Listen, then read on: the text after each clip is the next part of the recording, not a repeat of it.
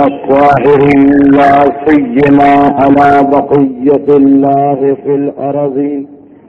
وحجته على العالمين عجل اللهم له الفرج ولعنة الدائمة على الكافرين والمنافقين أجمعين. محسنان اسلام کے سلسلے میں آج ہماری گفتگو ایک ہی خاندان کی دو ایسی ہستیوں کے بارے میں ہے کہ جن کا تعلق تو ایک ایسے ماحول، معاشرے اور گھرانے سے تھا کہ جس نے پیغمبر اور پیغمبر کے آباء و اجداد کی مخالفت ہمیشہ سے کی، لیکن اپنے تمام گھرانے، اپنے تمام ماحول سے ٹکراتے ہوئے ان ہستیوں نے حق کی دعوت پر لبیک کہی اور راہ میں آنے والی تمام مشکلات کو برداشت کیا. یہ دو ہستیاں جو آج ہماری گفتگو کا عنوان بنیں گی، اس میں سے بھی جو اصل گفتگو ہے وہ حضرت خالد ابن سعید ابن عاص کے بارے میں ہے، اور ان کے بارے میں گفتگو سے قبل دو تین چیزوں کا تذکرہ کر دینا ضروری ہے. پہلی چیز تو یہ کہ ان کی ذات ایک ایسی شخصیت تھی کہ جس کی وجہ سے مکے میں اکثر مسلمانوں کو جو ایک پریشانی پیش آ رہی تھی، ان کے واقعے کے بعد اس پریشانی میں اضافہ ہو گیا اور لوگ اپنے آپ کو بہت ہی زیادہ مصیبت میں گھرا ہوا محسوس کرنے لگے، اس اعتبار سے کہ ایک طرف اسلام نے والدین کے حقوق، والدین کے احترام اور والدین کے مرتبے کی انتہائی فضیلت بتائی ہے، مگر دوسری جانب جب ان کا واقعہ پیش آیا اور اسی طرح کے مسلسل واقعات کچھ اور مسلمانوں کو پیش آئے تو اب پریشانی یہ ہو رہی تھی کہ ایک طرف تو اللہ اور اللہ کے رسول کا اتنا تاکیدی حکم کہ تمہیں والدین کی نافرمانی سے بچنا ہے، والدین کو اذیت پہنچانے سے بچنا ہے، والدین کا حقوق ادا کرنا ہے، دوسری جانب والدین حق کے راستے سے ہٹانا چاہتے ہیں، احکام خدا پہ عمل کرنے سے روکنا چاہتے ہیں،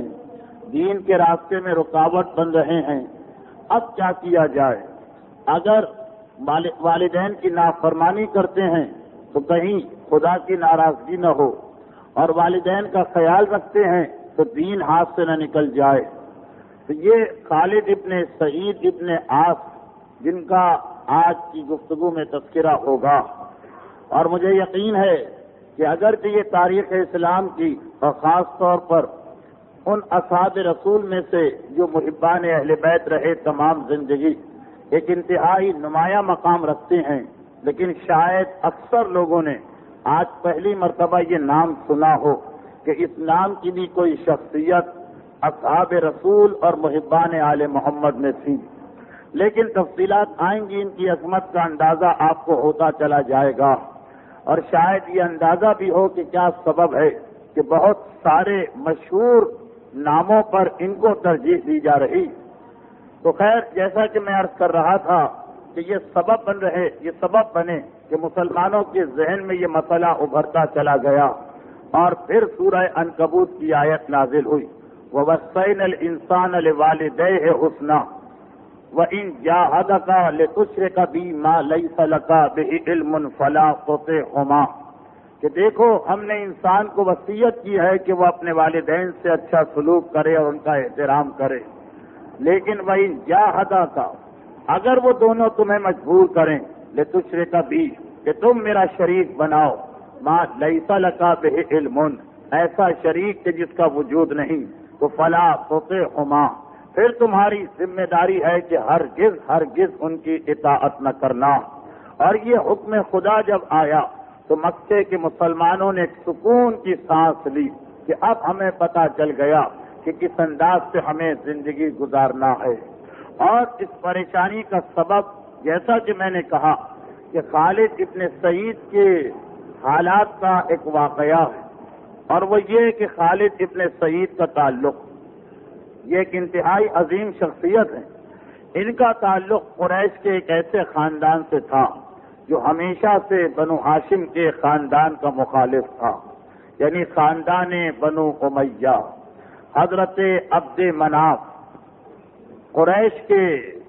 اپنے دور کے سردار تھے۔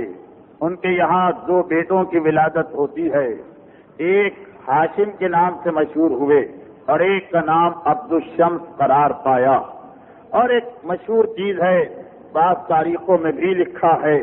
مگر اس کو صحیح یا غلط کی پہچان ہمارے موضوع سے خارج ہے، کہ یہ دونوں بھائی جڑواں پیدا ہوئے، اور جب پیدا ہوئے تو اس انداز سے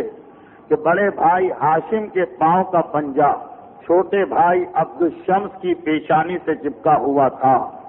اور اس زمانے کی طب میں اس کا سوائے آپریشن کے اور کوئی علاج نہ تھا۔ چنانچہ جب تلوار چلا کے دونوں بھائیوں کو جدا کیا گیا اور تلوار چلائی گئی کہ ان کا پاؤں اس کی پیشانی سے الگ کیا جائے تو خون بہا، اور دیکھنے والوں نے پیشین گوئی کر دی کہ اب ان دونوں بھائیوں کی نسل میں خون بہانے کا سلسلہ چلتا رہے گا۔ جیسا کہ میں نے کہا کہ تاریخی اعتبار سے یہ بات صحیح ہے یا غلط، اس پر بحث کا موقع نہیں، مگر خود یہ واقعہ جو اگرچہ غلط بھی ہو، اس بات کا ثبوت ہے کہ ان خاندانوں کی تاریخ کو دیکھ کر لوگوں کو یہ کہنا پڑا کہ آپس میں ہمیشہ اختلاف رہا ہے۔ اب یہ ایک الگ بات ہے کہ جب کبھی اختلاف ہوتا ہے تو ایک آدمی حق پر ہوتا ہے اور ایک باطل پر۔ یہ ان 2 بھائیوں کا معاملہ تھا۔ اس کے بعد جناب ہاشم کے بیٹے عبد المطلب اپنے زمانے کے سردار بنے، اور ادھر عبد الشمس کا بیٹا امیہ ہوا، جس کے نام پر خاندان کا نام خاندان بنو امیہ قرار پایا۔ جناب عبد المطلب کے انتقال کے بعد قیادت حضرت ابو طالب کے پاس آتی، اور وہاں پہ امیہ کے بعد آس نام کا شخص، آس نام کا اس کا بیٹا قائد بنتا ہے اس خاندان کا، اور اس کے فوراً بعد ابو طالب ہی کے بڑھاپے کے اندر اسلام کا پیغام سامنے آیا۔ بنو ہاشم کے ایک فرد یعنی پیغمبر اسلام نے اپنی رسالت اور دین اسلام کی طرف آنے کی دعوت کا اعلان کیا۔ اس وقت مخالف خاندان، مقابل خاندان مکمل طور پہ بنو ہاشم کے خلاف تھا۔ چنانچہ ایک مرتبہ تقریباً سارے خاندان نے اس دعوت کو سننے کے بعد رد کر دیا۔ نہ صرف یہ کہ رد کیا بلکہ مسلمانوں کی بڑے مخالفوں میں سے ایک مخالف قرار پائے۔ مگر اسی خاندان میں قدرت نے خالد ابن سعید ابن عاص، یعنی جن عاص کا میں نے ذکر کیا کہ وہ حضرت ابو طالب کے زمانے میں اس خاندان بنو امیہ کے قائد تھے، ان کے پوتے جن کا نام خالد ہے اور ان کے والد کا نام سعید ہے، خود ان کے والد سعید کے والد خالد کے والد جن کا نام سعید ہے وہ ابو سفیان کے سگے چچا زاد بھائی تھے۔ چنانچہ خالد کا تعلق خاندان بنو امیہ سے بڑا گہرا تھا، مگر قدرت اس خاندان کے اندر بھی خالد جیسی شخصیت کو سامنے لا کر یہ بتانا چاہتی تھی کہ دنیا یہ فیصلہ کر لے کہ حق کس جانب ہے۔ اب جناب خالد ابن سعید کے بارے میں تفصیلی گفتگو سے پہلے ایک مرتبہ پھر میں ان کا شجرہ نسب آپ کے سامنے پیش کروں۔ خالد ابن سعید ابن عاص ابن امیہ ابن عبد الشمس ابن عبد مناف، جو پیغمبر اسلام کے پردادا قرار پاتے ہیں، اسی نسل میں سے جناب خالد بھی ہیں۔ اور اپنے زمانے کے دستور کے مطابق جب ہوش سنبھالا اور جوانی آئی تو عام نوجوانوں کے مانند دن اور رات گزار رہے تھے۔ کانوں میں یہ اطلاع پہنچی تھی کہ ہمارا جو مخالف خاندان ہے، خاندان بنو ہاشم، اس میں عبد المطلب کے یتیم پوتے نے ایک دعوی رسالت کیا ہے۔ ایک عجیب دعویٰ کیا ہے، اور یہ بھی معلوم تھا کہ ہمارے بزرگ اس کے دشمن ہو چکے ہیں اور اس کی تبلیغ کو روکنے کی ہر ممکن کوشش کر رہے ہیں، مگر خالد ابھی جوان ہے اور جوانی کے دستور کے مطابق نہ اس طرف ہے نہ اس طرف، سیر و شکار میں دن رات گزار رہے ہیں، تفریحات میں دن رات گزار رہے ہیں۔ کیا مسئلہ ہے، مکے کے کیا حالات، یہ بزرگوں کا معاملہ ہے، بزرگ جانے جس طریقے سے بزرگ معاملات کو نمٹا رہے تھے، خالد کے لیے اتنا ہی کافی تھا۔ انہوں نے کبھی توجہ بھی نہیں دی کہ وہ جو عبداللہ کا یتیم اور عبد المطلب کا پوتا ہے، وہ آخر ایسی کیا بات کہہ رہا ہے جس کی وجہ سے اتنی مخالفت اس کی ہو رہی۔ یہ اپنے معمولات میں مشغول تھے۔ ایک رات کو سوتے ہیں تو سونے کی حالت میں ایک عجیب خواب دیکھا، ایک ایسا خواب جس نے انہیں بے چین کر دیا۔ پیغمبر اسلام کے صورت آشنا تو تھے، یعنی اللہ کے رسول کو پہچانتے تو تھے، قریب خاندان ہے، ایک ہی محلے میں رہتے ہیں، مکہ چھوٹا سا شہر ہے، دن رات کا سامنا، پیغمبر بھی 40 سال سے زیادہ عمر ہو چکی، اسی مکے میں گزارا، تو پیغمبر کے صورت آشنا تو تھے لیکن دعوت رسول سے ابھی واقف نہ تھے۔ ایک رات کو سو رہے ہیں، رات کا وقت ہے، گرمی کا زمانہ ہے، چنانچہ اکثر لوگ مکان کی چھتوں پر بستر بچھا کے آرام کیا کرتے تھے۔ یہ بھی اپنی بیوی کے ساتھ مکان کی چھت پہ آرام کر رہے ہیں۔ ان کی بیوی، جن کا نام امینا یا امینا تاریخ میں لکھا ہوا، وہ بھی مکے کے ایک انتہائی شریف اور معزز گھرانے سے تعلق رکھتی ہیں، لیکن جوانی کا ابتدائی دور، نہ شوہر کے پاس ان معاملات پر توجہ دینے کا وقت ہے، نہ بیوی کے پاس۔ مکان کی چھت پہ سو رہے ہیں، ٹھنڈی ہوا چل رہی کہ ایک مرتبہ خالد نیند کی حالت میں خواب دیکھتے ہیں، اور ایک ایسا خواب کہ جس نے پریشان کیا انہیں، اور یہ خواب ان کو کھینچ کے لے گیا خاندان بنو ہاشم کی جانب۔ خواب میں یہ دیکھتے ہیں کہ جیسے میں گڑھے کے کنارے کھڑا ہوں، ایک انتہائی وسیع، ایک انتہائی امیر، ایک بہت بڑا گڑھا میرے سامنے، اور ایک ایسا گڑھا ہے کہ جس میں آگ کے شعلے بلند ہو رہے ہیں، انتہائی خطرناک آگ، بھڑکتے ہوئے شعلے، آدمی کے قد سے زیادہ بلند، انتہائی تپش ہے، انتہائی گرمی ہے، اور میں اس کے کنارے کھڑا ہوا ہوں۔ یہ منظر دیکھا خواب کے اندر۔ جب شعلوں کی گرمی کو محسوس کیا تو خواب کی حالت میں یہ پیچھے ہٹنا چاہتے ہیں، ایسا نہ ہو میرا قدم پھسلے اور میں گڑھے میں گر جاؤں، اتنی خطرناک، اتنی بھیانک آگ محسوس ہو رہی، چنانچہ پیچھے ہٹنا چاہتے ہیں۔ خواب کی حالت میں جب پیچھے ہٹ رہے ہیں تو ایسا لگا کہ جیسے میرے کاندھے پر کسی کا ہاتھ اور وہ مجھے آگے کی جانب دھکیل رہا، چونکے، گھبرائے، اب یہ سارا خواب چل رہا، ایک مرتبہ گھبرائے، یہ میرے کاندھے پہ کس کا ہاتھ، گھوم کے دیکھا تو اپنے باپ سعید ابن عاص کو اپنے پیچھے کھڑا ہوا پایا، اور یہ منظر دیکھا کہ میرا باپ تیزی کے ساتھ مجھے آگے دھکا دے رہا، آگ کے اندر ڈالنا چاہ رہا۔ گھبرا گئے، باپ اور اپنے بیٹے کو آگ میں ڈال کے جلانا چاہ رہا، پہلے تو یقین نہیں آیا، اور اسی ابھی کشمکش و پریشانی کی حالت میں تھے کہ باپ نے موقع سے فائدہ اٹھایا اور واقعاً ان کو آگ میں دھکا دے دیا۔ اب یہ تیزی سے آگ میں گر رہے ہیں، کوئی لمحہ آتا کہ یہ شعلے ان کو جلا دیتے ہیں کہ یکا ایک ایسا محسوس ہوا کہ جیسے آسمان سے کوئی فرشتہ اترتا اور انتہائی مہربانی کے ساتھ، انتہائی نرمی کے ساتھ آگے بڑھ کے ان کو اپنے ہاتھوں میں تھامتا اور آگ میں گرنے سے بچا کے پیچھے لے جاتا۔ بعض روایتوں میں اس کے آگے ایک جملے کا اضافہ اور اگرچہ مستند تاریخوں میں نہیں لیکن بعض تواریخ میں ہے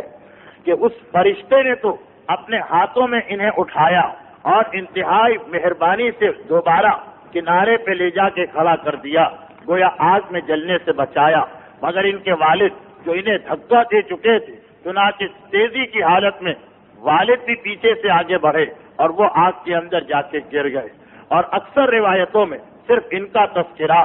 بس جس وقت اس جلتی ہوئی آگ کے شعلوں پر گرنے سے اس فرشتے نے اٹھایا اور کنارے پہ لے جا کے کھڑا کیا تو بے اختیار انہوں نے نگاہ اٹھا کے دیکھا یہ فرشتہ کون تھا، اور جیسے ہی اس پر نگاہ پڑی تو ایک مرتبہ پہچان لیا یہ کوئی فرشتہ نہیں ہے، یہ جانی پہچانی شخصیت ہے، اس سے اسی مکے میں سینکڑوں مرتبہ ملاقات ہوئی ہے، بار بار راستے میں ان سے ملاقات ہوئی ہے. یہ تو انتہائی قریبی شخصیت ہے خاندان کے اعتبار سے کہ دو بھائیوں کے خاندان ہیں. ایک مرتبہ پہچان لیا کہ جس نے مجھے آگ میں گرنے سے بچایا یہ کوئی اور نہیں عبداللہ کا وہی یتیم ہے کہ جس نے آج کل اعلان رسالت کیا ہوا ہے اور مکے کا بچہ ان کا دشمن ہو رہا ہے. بس ادھر چہرے کو پہچانا اور آنکھ کھل گئی. آنکھ کھلی اور بستر پہ بیٹھ گئے. رات ختم ہونے والی ہے, صبح نمودار ہونے والی ہے, لیکن ایک مرتبہ پریشانی کی حالت میں بستر پر بیٹھے.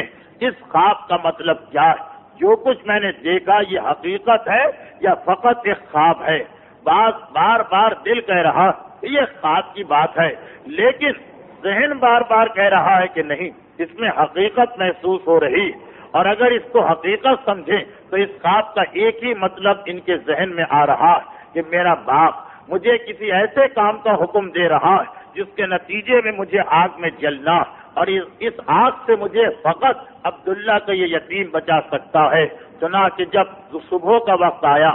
سورج نکل آیا, کاروبار زندگی رواں دواں ہو گیا تو گھر سے نکلے اور سیدھے برابر کے محلہ بنو ہاشم میں پہنچے پیغمبر اسلام کی خدمت میں اور کہا کہ آپ مجھے فقط یہ بتائیے کہ آپ کا پیغام کیا ہے. آج تک کبھی اتنی فرصت نہیں ملی تھی کہ پیغمبر کے بارے میں دوستی یا دشمنی کچھ بھی سوچتے, فرصت ہی نہیں ملی تھی. لیکن آج اس خواب نے انہیں خدمت پیغمبر میں حاضر کیا اور کہا مجھے بتائیے. پیغمبر نے کہا میرا ایک ہی پیغام ہے, اس خدا واحد و یکتا کے علاوہ کوئی عبادت کے لائق نہیں ہے اور میں اس کا نمائندہ اور اس کا رسول ہوں, اور ان تمام جھوٹے خداؤں اور بتوں کی عبادت کو چھوڑ دو جو کسی کو نہ فائدہ پہنچا سکتے ہیں نہ نقصان, جو اتنے اندھے اور بے ذہن ہیں کہ انہیں یہ بھی پتہ نہیں کہ کون ان کی عبادت کر رہا ہے اور کون ان کی مخالفت. زبان پیغمبر سے نکلے ہوئے الفاظ تھے, انتہائی سیدھا سادہ پیغام تھا.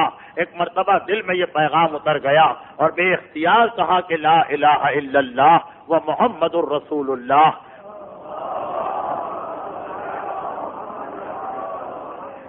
اب ایک مرتبہ اس خواب نے زبان سے یہ فقرہ تو نکلوا دیا, مگر ایک پریشانی پیدا ہو گئی, کہیں اس کی اطلاع میرے باپ کو نہ مل جائے. ان کا باپ جیسا کہ میں نے کہا کہ سگا چچا زاد بھائی ہے, اس وقت قریش مکہ کے ایک لیڈر اور پیغمبر اسلام کے ایک انتہائی سخت دشمن کا. چنانچہ ان کو پریشانی کہ میرے باپ کو اطلاع نہ مل جائے, اور اس کے علاوہ ان کے باپ کے بارے میں تواریخ میں لکھا ہے, کامل ابن اسیر کی روایت ہے کہ ان کا باپ مکے کے انتہائی غصے والے اور مغرور آدمیوں میں سے ایک تھا. اس کا لقب تھا ذو تاج, یعنی تاج والا, کیونکہ وہ زرد رنگ کا امامہ سر پہ پہنتا تھا, اور یہ اس کا اعلان بھی تھا اور اس پر وہ عمل بھی کرتا تھا کہ میرے علاوہ اس رنگ کا امامہ کسی کے سر پہ نظر نہیں آنا چاہیے, ورنہ پھر میرے اور اس کے خاندان کا اختلاف اور لڑائی ثابت ہے. چنانچہ اس کے باپ کے غصے کی وجہ سے مکے کے عام لوگ اس کی بات کو مان لیا کرتے تھے, اور اس کا لقب ہی تھا ذو تاج, یعنی تاج والا. اب انہیں پتا ہے کہ میرا باپ جو ناک پر مکھی بیٹھنے دینے کو تیار نہیں, پیغمبر اسلام کا سخت ترین دشمن, پورا خاندان دشمن ہے. جب اسے یہ پتا چلے گا کہ میں غیروں کو مسلمان ہونے سے روک رہا ہوں اور میرا اپنا بیٹا مسلمان ہو گیا تو وہ کتنے سخت غیظ و غضب کا شکار بن جائے گا. چنانچہ بڑا مشکل مسئلہ ہے اپنے اسلام کے بعد اب اس کو چھپانے کا مرحلہ. چنانچہ انہوں نے یہ کام کیا کہ نہ پیغمبر کے پاس جاتے ہیں, نہ مسلمانوں کے پاس بیٹھتے ہیں, نہ اپنے باپ کے ساتھ بیٹھتے ہیں, کیونکہ اس سے پہلے کی بات دوسری تھی. لیکن اب اگر باپ کے ساتھ بیٹھیں تو ہو سکتا ہے کبھی ظلم میں شریک ہونا پڑے, ہو سکتا ہے کبھی پیغمبر کی مخالفت کرنا پڑے. چنانچہ اپنے باپ کو بھی چھوڑ دیا, پیغمبر کو بھی. صبح کو گھر سے نکلتے ہیں, سارا دن مکے کے باہر گھومتے رہتے ہیں. رات کے وقت اس وقت جب باپ سو چکا ہوتا ہے گھر میں آ کے سو جاتے ہیں, تاکہ اگر میں مسلمانوں کی مدد نہ کر سکوں تو مسلمانوں کے دشمنوں میں میرا نام نہ لکھا جائے. مگر اسلام قبول کر چکے ہیں, اس تمام تر خوف اور ڈر کے باوجود نماز اور عبادت خدا کا انتہائی شوق, اس لیے کہ مسلمان کی علامت ہی نماز بتائی جا رہی. اب یہ وہ دور ہے, یہ وہ زمانہ ہے کہ ابھی نماز واجب نہیں ہوئی تھی، لیکن اسلام قبول کرنے کے بعد نماز کے پابند بن گئے تھے، جان کا خطرہ، باپ کو اطلاع مل گئی، باپ قتل کرا دے گا، چنانچہ گھر کو چھوڑ کر صبح سے شام باہر رہتے ہیں، مکے کے پہاڑوں میں، مکے کے جنگلوں میں، اور وہاں نماز پڑھتے ہیں جب وقت نماز آتا ہے۔ باپ کے ساتھیوں میں سے کسی نے ایک مرتبہ ان کو جنگل میں نماز پڑھتے ہوئے دیکھ لیا، چنانچہ اس کے دل میں تجسس پیدا ہوا کہ یہ سعید ابن عاص کا بیٹا، ابو سفیان کا بھتیجا، مسلمانوں کے طریقے سے عبادت کیسے کر رہا۔ چنانچہ اب لوگ ان کے پیچھے لگ گئے، انہیں نہیں معلوم مگر لوگ ان کے پیچھے لگے، اور آہستہ آہستہ کئی آدمیوں نے یہ منظر دیکھا، اور ایک دن آ کر ان کے باپ کے سامنے طنز اور طعنے کے انداز میں کہنے لگے کہ تم ان غریب لوگوں پر تو اتنا ظلم کر رہے کہ جو عبداللہ کے یتیم کی بات مانتے ہیں، اور تمہارا اپنا سگا بیٹا اس کے اوپر ایمان لا کر تمہارے دین کو ترک کر چکا، اور اسے تم کچھ کہنے کو تیار نہیں۔ اتنا طعنہ باپ کے لیے بہت بڑا طعنہ تھا۔ غیظ و غضب کی حالت میں ایک مرتبہ باہر نکلا، اپنے ساتھ غلاموں کو لے کے چلا، مکے کے باہر پہنچا، حکم دیا کہ پھیل جاؤ اس علاقے میں، اور جہاں کہیں میرا بیٹا خالد نظر آئے اسے گرفتار کر کے لانا۔ آخر کیونکہ خالد کو پتا ہی نہیں کہ کیا ہو رہا، اس لیے چھپنے کے معاملے میں وہ احتیاط تو نہیں کر رہے تھے، گرفتار کر لیے گئے اور گھر میں پہنچایا گیا۔ باپ کو اطلاع پہنچائی گئی کہ آپ کا بیٹا گرفتار ہو کے لایا گیا۔ ان کے باپ جن کا نام سعید ابن عاص ہے اور ان کی کنیت ابو احیہ ہے، ان کے والد کی کنیت ابو احیہ ہے، انہیں اطلاع ملی کہ آپ کا بیٹا گرفتار کر کے لایا گیا۔ غیظ و غضب کی حالت میں ایک عصا لے کر، ایک لاٹھی لے کر، لکڑی کی ایک چھڑی لے کر ان کا باپ گھر میں داخل ہوا، دیکھا کہ ہاتھ پاؤں باندھ کے میرے بیٹے کو صحن میں بٹھایا گیا۔ بیٹے کے چہرے پہ نگاہ پڑی، غصہ بڑھ گیا، اور ایک مرتبہ وہ عصا، وہ چھڑی، وہ لکڑی کی لاٹھی اٹھا کر اتنے زور سے خالد کے سر پہ ماری کہ وہ لکڑی ٹوٹ گئی۔ اتنے زور سے ان کے سر پہ اس عصا کو مارا کہ وہ لکڑی کا بنا تھا مگر ٹکڑے ٹکڑے ہو گیا۔ اور اس کے بعد انتہائی غیظ و غضب کی حالت میں پوچھتے ہیں کہ میں نے سنا ہے کہ تم نے عبداللہ کے یتیم کی باتوں کو قبول کر لیا اور اپنے دین کو ترک کر دیا ہے، کیا تمہیں پتا نہیں کہ وہ ہمارے خداؤں کو برا بھلا کہتا ہے، ہمارے باپ دادا کے مذہب پر اعتراض کرتا ہے۔ ایک مرتبہ اتنے باپ کو غصے میں دیکھنے کے بعد بھی سر جھکا کے کہتے ہیں کہ لیکن جو کچھ وہ کہتا ہے وہ سچ کہتا ہے۔ ان کا جواب، جو کچھ وہ کہتا ہے سچ کہتا ہے۔ باپ نے جب یہ سنا تو غصے کی وجہ سے ایک مرتبہ کہتا ہے کہ اگر ایسی بات ہے تو آج سے میرا تیرا تعلق ختم ہو گیا، اور اب میں تجھے گرفتار کر کے اپنے مکان میں قید کروں گا اور دیکھوں گا تو کیسے زندہ بچتا ہے۔ تجھے نہ کھانے کو دیا جائے گا نہ پانی کو دیا جائے گا۔ اب اس وقت انتہائی شدید تکلیف ہو رہی ہے، سر میں رسیاں کھل گئی کسی طرح، اور انہوں نے اپنے سر پہ اپنے ہاتھ کو رکھ کر اسے سہلانا شروع کیا، مگر اس حالت میں باپ کے غصے کو بھی دیکھ رہے، اپنی کمزوری کو بھی دیکھ رہے، یہ بھی پتا ہے کہ مسلمانوں میں کوئی اس قابل نہیں کہ میری مدد کو آ سکے، مگر پوری بے خوفی سے جواب دیتے ہیں کہ مجھے آپ کا کھانا چاہیے بھی نہیں، میرا پروردگار موجود ہے اور وہی مجھے روزی عطا کرنے والا ہے۔ اسلام کا ابتدائی زمانہ ہے، اتنے غیظ و غضب کی کیفیت ہے،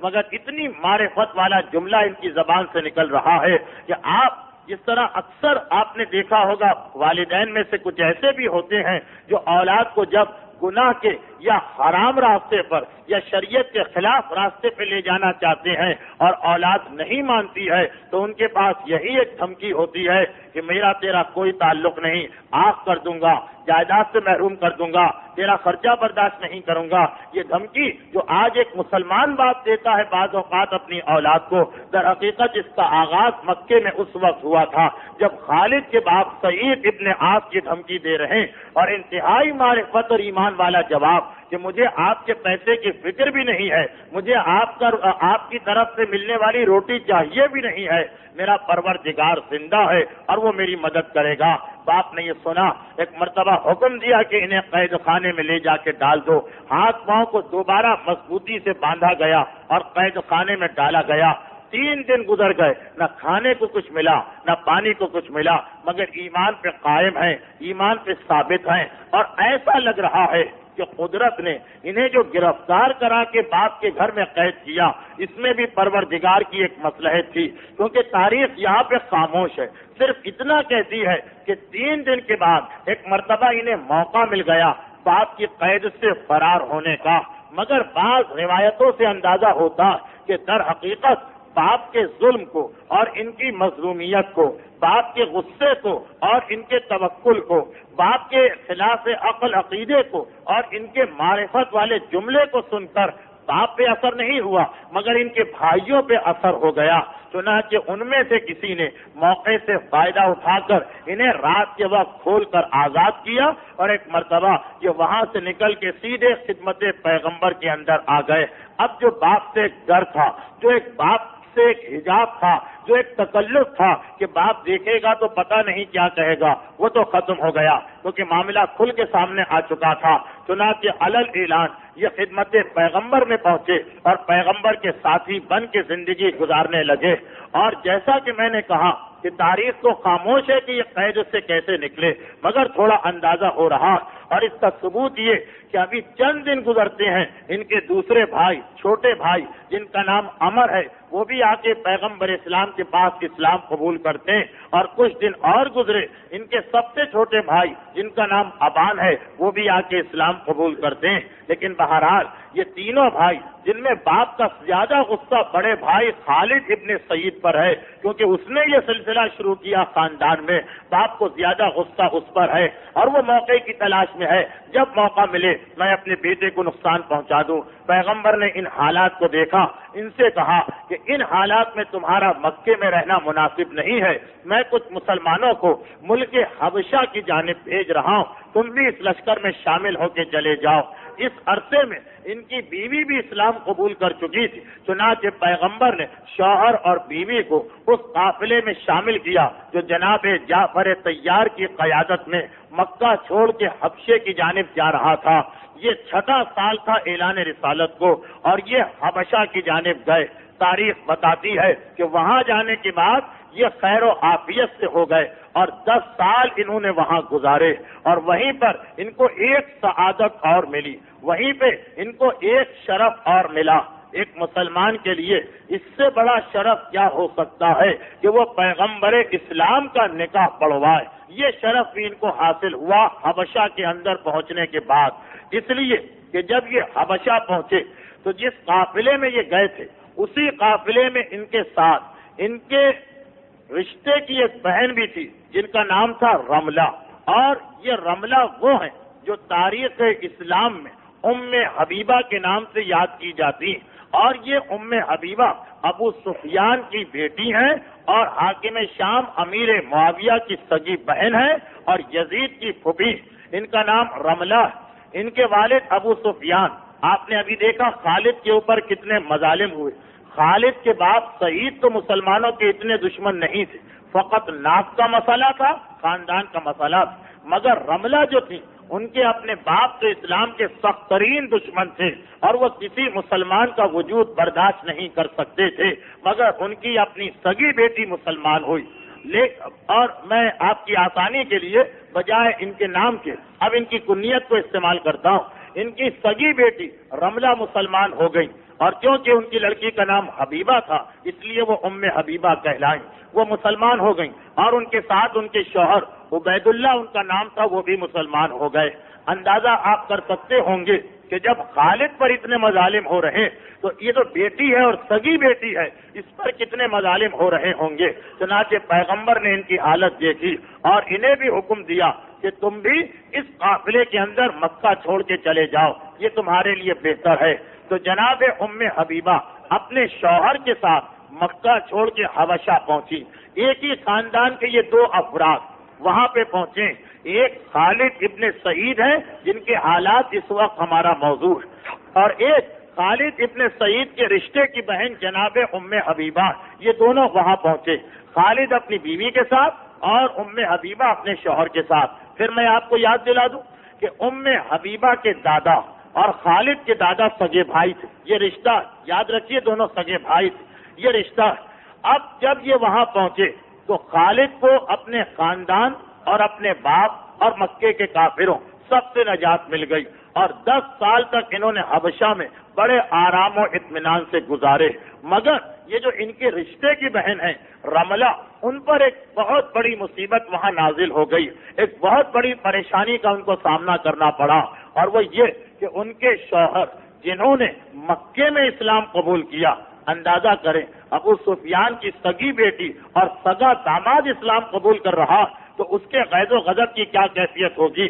اب اتنا جس کا ایمان کامل تھا، لیکن جب حبشہ میں پہنچے، عیسائیوں کے ساتھ اٹھے بیٹھے، یہ دیکھا کہ یہاں شراب بالکل رائج اور جائز، تو وہ بھی آہستہ آہستہ ان کے رنگ میں رنگنے لگے، اور ایک وہ دن آیا کہ اتنی کثرت سے شراب نوشی کرنے لگے کہ انہوں نے اعلان کر دیا کہ میں مرتد ہوتا ہوں، یعنی عیسائی مذہب کو قبول کرتا ہوں۔ ام حبیبہ کے لیے اس سے بڑی مصیبت اور اس سے بڑا غم کیا ہو سکتا تھا کہ میرا شوہر جس کے بھروسے اور سہارے پر میں ہجرت کر کے یہاں آ رہی ہوں، میرا باپ تو وہیں چھوٹ گیا، میرا سارا خاندان تو مکے میں رہ گیا، اور ایک یک و تنہا میں اپنے شوہر کے ساتھ آئی تو میرے شوہر نے بھی دین حق کو چھوڑ دیا۔ اب کتنی بڑی مصیبت و پریشانی تھی، شوہر سے فوراً الگ ہو گئی جو حکم اسلامی تھا، اور بار بار اپنے شوہر کو سمجھا رہی، اپنی بیٹی حبیبہ کا واسطہ دے رہی، مگر شوہر عیسائیوں کے درمیان رہ کر عیش و آرام کا اتنا عادی ہے کہ اس پر کوئی اثر نہیں ہوتا، یہاں تک کہ عبید اللہ اسی حبشہ کے اندر انتقال کر گئے، اور اب ام حبیبہ کے لیے اور پریشانی کہ شوہر کا بھی انتقال ہو گیا، اکیلے رہ گئیں، تنہا رہ گئیں۔ یہ جیسا کہ میں نے کہا کہ ابتدا میں اسلام قبول کرنے والوں میں سے ایک ہیں، چنانچہ اب یہ اکیلے رہ گئی۔ اب ایک حکم ہے اسلام کا، ایک حکم ہے قرآن کا کہ انا مع العسر یسرا، جب تم پر پروردگار کوئی مصیبت ڈالے یا تم کسی امتحان میں گرفتار ہو جاؤ تو گھبراؤ نہیں، صبر کرو، خدا پہ بھروسہ کرو، خدا ہمیشہ پریشانی کے بعد راحت کا زمانہ پیدا کرتا ہے، ہمیشہ اگر تم نے صبر کیا تو پریشانی سے نکال کر اور زیادہ فائدہ دیتا ہے۔ جناب ام حبیبہ کے ساتھ بھی یہی ہوا، مکے میں اپنا پورا گھرانہ چھوڑ کے آئی، شوہر کے ساتھ آئی، شوہر پہلے مرتد ہوئے، اس کے بعد انتقال کر گئے، اب یہ اکیلے رہ گئی، لیکن جیسا کہ میں نے کہا تھا کہ ان کا ایمان اور معرفت انتہا درجے کی تھی۔ یہ واقعات سارے مورخین لکھتے ہیں، یہ کسی ایک فرقے کا مسئلہ نہیں ہے، سارے مورخین لکھتے ہیں، چنانچہ ان کی معرفت کی یہ انتہا کہ بعد میں جب ان کا نکاح پیغمبر سے ہوا تھا اور یہ ام المومنین قرار پائیں تھی، تو ایک مرتبہ مدینے میں ان کے والد ان سے ملاقات کرنے کے لیے آئے تھے۔ اس وقت تک والد نے اسلام کا اظہار و اعلان نہیں کیا تھا، وہ ایک مسئلے سے پیغمبر سے ملاقات کرنا چاہتے تھے۔ بیٹی وہی مدینے میں ہے، چنانچہ باپ بیٹی کے گھر میں پہنچا، اور تاریخ کی اس روایت کے مطابق یہ سمجھیے کہ تقریباً 12 سال بلکہ 15 سال کے بعد بیٹی نے باپ کو دیکھا ہے، بیٹی نے باپ کے چہرے کو دیکھا ہے، لیکن اس کے باوجود ایمان اور معرفت اتنی کہ جب باپ سے ملاقات کی اور باپ نے بیٹی کے گھر میں بستر پر بیٹھنا چاہا تو بیٹی نے باپ کو روک دیا کہ بابا ایک لمحے ٹھہر جائیے، بستر کو لپیٹا اور اس کے بعد کہا کہ اب آپ زمین پر بیٹھیے۔ ایک مرتبہ گھبرا کے باپ نے پوچھا تھا کہ بیٹی یہ بستر کو تم نے کیوں لپیٹا؟ کہا یہ پیغمبر اسلام کا بستر ہے۔ باپ گھبرا کے کہتا کہ میں تمہارا باپ تمہارے گھر میں اتنے سال کے بعد آیا اور تمہیں یہ بھی گوارا نہیں کہ میں اس بستر پر بیٹھوں؟ کہا کہ ہرگز نہیں، اللہ کے رسول کے بستر پر کسی مشرک کا قدم نہیں رکھا جا سکتا ہے۔ یہ معرفت تھی ام حبیبہ کی، اور باپ نے فقط اتنا کہا کہ میری غیر موجودگی میں تم انتہائی بگڑ گئی، تو یہ انتہائی معرفت والی خاتون تھی۔ اسی لیے ایک عورت اپنے پورے خاندان سے، اندازہ کریں کس کی پھوپھی، کس کی بہن، کس کی بیٹی، پورے خاندان سے مخالفت کر کے اسلام قبول کر رہی، اور پھر شوہر بھی مرتد ہو گیا، اس کے بعد شوہر کا انتقال بھی ہو گیا، اور ایک اجنبی وطن میں اکیلے رہ گئیں، مگر اسی معرفت اور اسی اسلام اور اسی پیغمبر کے حکم کی اطاعت اور خدا کی مرضی پر صبر کرنے کا نتیجہ کیا نکلا کہ پیغمبر اسلام مدینے میں، یہ لوگ مدینے سے سینکڑوں میل دور حبشہ میں، پیغمبر کو اطلاع ملی کہ ام حبیبہ بیوہ ہو گئی۔ پیغمبر نے 4 مہینے 10 دن کے بعد جب عدت مکمل ہو چکی تھی، اپنے ایک صحابی عمر ابن امیہ زمری کو بلایا۔ یہ وہ صحابی جو دوڑنے میں بہت تیز تھے، اس لیے اکثر پیغمبر کے خط یہ لے جایا کرتے، اور ان کے نام، ان کے ذریعے سے حبشہ کے بادشاہ نجاشی کے نام ایک خط لکھا۔ یہ خط حبشہ پہنچایا گیا، عمر ابن امیہ زمری لے کے آئے۔ نجاشی نے، حبشہ کے بادشاہ نے خط کھول کے پڑھا۔ پیغمبر نے ایک مرتبہ یہ لکھا تھا کہ تم نے مسلمانوں کو پناہ دی، خدا اور خدا کے رسول تمہیں اس کی جزا دیں گے، اور مسلمانوں میں سے ایک عورت ہے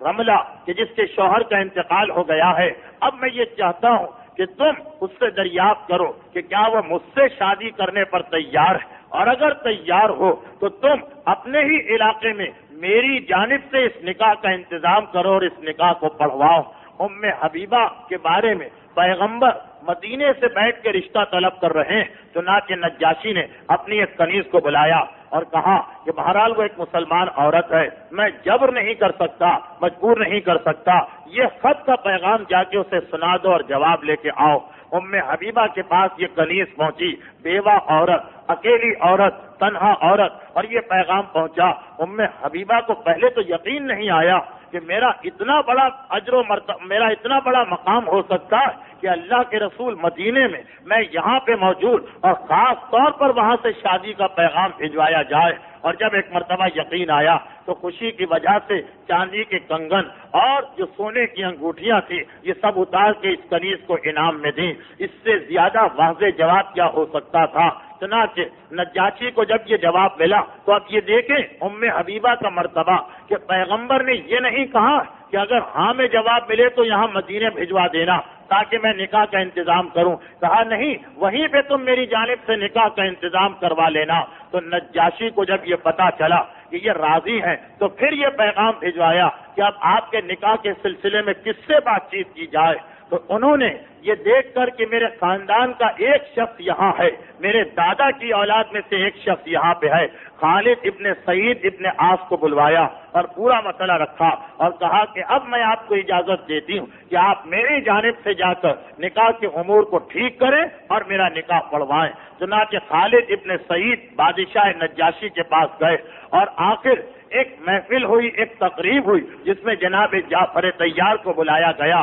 اور اس کے بعد ایک طرف سے خالد بیٹھے، انہوں نے ام حبیبہ کی طرف سے نکاح پڑھا، اور حبشہ کے بادشاہ نجاشی نے پیغمبر کی جانب سے نکاح پڑھا۔ نکاح میں لڑکی اور لڑکی کی جانب سے دو عالم ہوا کرتے ہیں ہمارے ماحول میں، تو وہاں یہ ذمہ داری ان کو اور نجاشی کو سپرد کی گئی۔ نکاح ہوا، نکاح کے بعد ام حبیبہ کی حالت تو انتہائی خستہ تھی، چنانچہ خالد ابن سعید ابن عاص نے اپنی طرف سے دعوت کا اہتمام کیا، نکاح کے بعد کھانا کھلایا تمام مسلمانوں کو، اور اس طرح یہ نکاح پایہ تکمیل کو پہنچا۔ تو خالد ابن سعید کو یہ اعزاز بھی حاصل ہے کہ پیغمبر کا نکاح انہوں نے پڑھایا تھا، پیغمبر کا نکاح پڑھانے والوں میں ان کا نام بھی شامل تھا۔ اور اس کے کچھ عرصے کے بعد نجاشی نے اب یہ دیکھنے کے بعد کہ مسلمان مدینے میں محفوظ ہو گئے، پیغمبر کی امانت مدینے بھجوانا چاہیے، چنانچہ یہ ذمہ داری بھی خالد کے سپرد کی گئی کہ آپ مدینے جائیے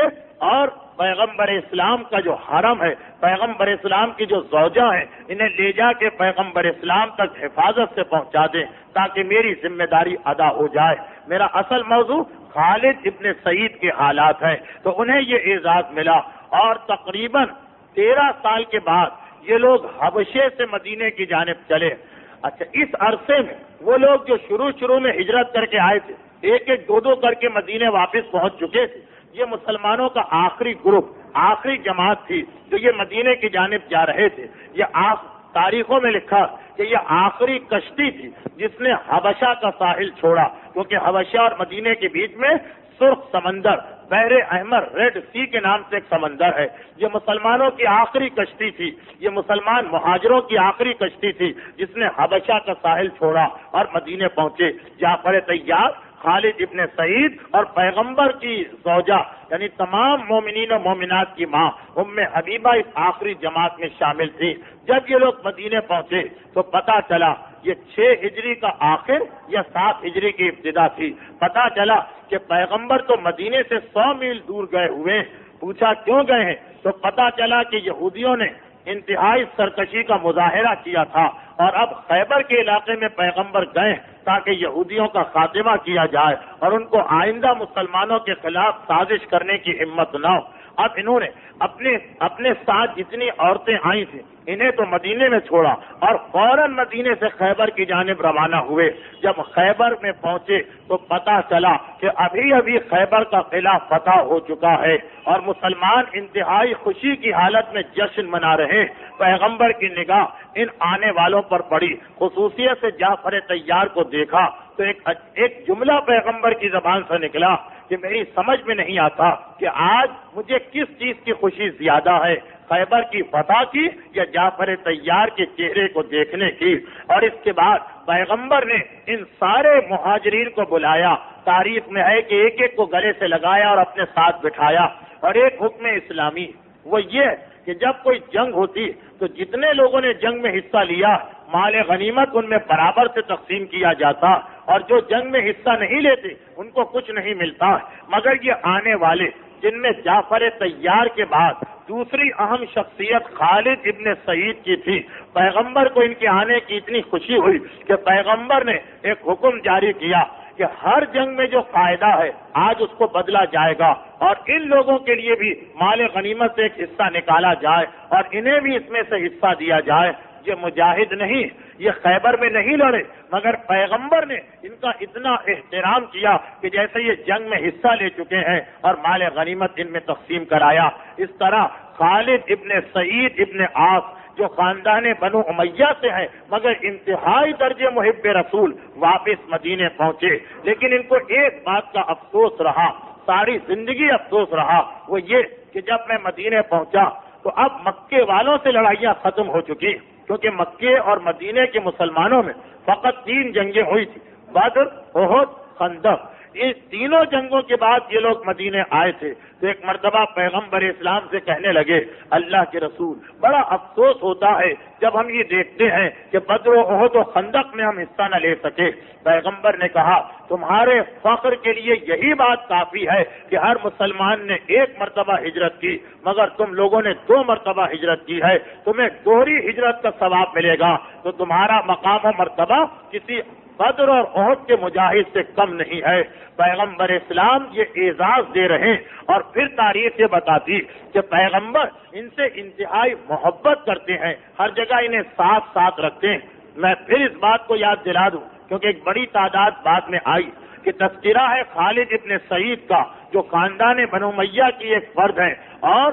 معاویہ کے رشتے کے بھائی ہوتے ہیں حاکم شام معاویہ کے، لیکن اس کے باوجود پیغمبر کی نگاہ میں انتہائی محترم ہیں، پیغمبر ان سے انتہائی راضی ہیں۔ ایک مرتبہ یہ پیغمبر کے پاس آئے، پیغمبر کی نگاہ ان کی انگلی پر پڑی، دیکھا ایک انگوٹھی پہنے ہوئے، پیغمبر نے غور سے دیکھا اس لیے کہ انگوٹھی چمکتی بھی نظر آئی تو پتا چلا کہ انہوں نے انگوٹھی پر محمد الرسول اللہ کا فقرہ لکھوایا ہوا ہے۔ یہ مسلمانوں میں سے پہلے شخص تھے جنہوں نے اپنی انگوٹھی پر رسول کے نام کو نقش کروایا۔ پیغمبر اسلام کو ان کا یہ طریقہ اتنا پسند آیا کہ پیغمبر اسلام نے یہ انگوٹھی ان سے مانگ لی، اور تاریخ کہتی ہے کہ ساری زندگی یہ انگوٹھی پیغمبر نے اپنے پاس رکھی اور اپنی انگلی میں پہنی۔ اندازہ کرے اس شخصیت کی عظمت کا۔ اور پھر پیغمبر اسلام کو ان سے اتنی محبت تھی کہ جب کبھی یہ اپنے بچوں کے ساتھ پیغمبر کے پاس جاتے تھے، ان کے 2 بچے تھے، ایک لڑکا جس کا نام سعید تھا اور ایک لڑکی جس کا نام ام خالد تھا، تو یہ اکثر کیونکہ لڑکی چھوٹی تھی اکثر اسے لے کے پیغمبر کے پاس جایا کرتے تھے اور پیغمبر اس بچی سے انتہائی شفقت کے ساتھ پیش آتے تھے۔ اب وہ بچی حبشہ میں پیدا ہوئی تھی تو نہ کہ حبشی زبان جانتی تھی، تاریخوں میں لکھا کہ پیغمبر کبھی اس سے حبشی زبان میں گفتگو کیا کرتے اس لیے کہ یہ زبان اس نے سیکھی تھی۔ اس بچی سے خالد کی لڑکی سے پیغمبر کو اتنی محبت ہے کہ جب یہ پیغمبر کے پاس پہنچتی ہے تو پیغمبر حبشی زبان میں اس سے گفتگو کرتے ہیں. چنانچہ ایک فقرہ تاریخ میں بھی ہے کہ ایک مرتبہ پیغمبر کے پاس پہنچی یہ بچی اپنے باپ کے ساتھ. پیغمبر نے دیکھا, مسکرا کے کہا سنا سنا. یہ حبشی زبان کا لفظ ہے جو تاریخوں میں آیا, یعنی کتنی خوبصورت اور پیاری بچی ہے, کتنی خوبصورت اور پیاری بچی ہے. ایک مرتبہ پیغمبر کے پاس یہ بچی آئی تو پیغمبر ایک چادر اوڑھے ہوئے تھے, مگر اس چادر کی خصوصیت یہ تھی کہ اس پر پھول بنے ہوئے تھے. بچی کو یہ چادر پسند آئی, اس نے ایک مرتبہ اس چادر پہ ہاتھ رکھا. پیغمبر نے مسکراتے ہوئے یہ چادر اتار کے اس کے حوالے کی اور کہا کہ یہ میرا تحفہ ہے تمہارے لیے, اور سنا سنا تو کتنی پیاری اور خوبصورت ہے. تو اب اس سے اندازہ ہو سکتا ہے ان واقعات سے کہ اللہ کے رسول کو خالد کی وفاداری اور اپنے خاندان کو چھوڑ کر حق کی جانب آنے کا عمل کتنا پسند آیا کہ اللہ کے رسول اس انداز سے خالد کی بچی سے محبت کر رہے ہیں. اور تاریخ سے بتاتی کہ خالد کو جو ایک افسوس رہا کہ میں بدر و احد اور خندق و خیبر میں مسلمانوں کا ساتھ نہ دے سکا, تو اس کے بعد پیغمبر اسلام نے ہر جنگ اور غزوے میں انہیں اپنے ساتھ رکھا. عمرۃ القضاء ان کے آنے کے فوراً بعد ایک جنگ ہوئی, پھر مکہ فتح ہوا, پھر تبوک کا معرکہ ہوا, پھر طائف کی جنگ ہوئی, پھر حنین کا معرکہ ہوا. ان سب میں یہ پیغمبر اسلام کے ساتھ تھے. اور ایک اور وجہ سے انہیں پیغمبر کی بارگاہ میں زیادہ دخل تھا.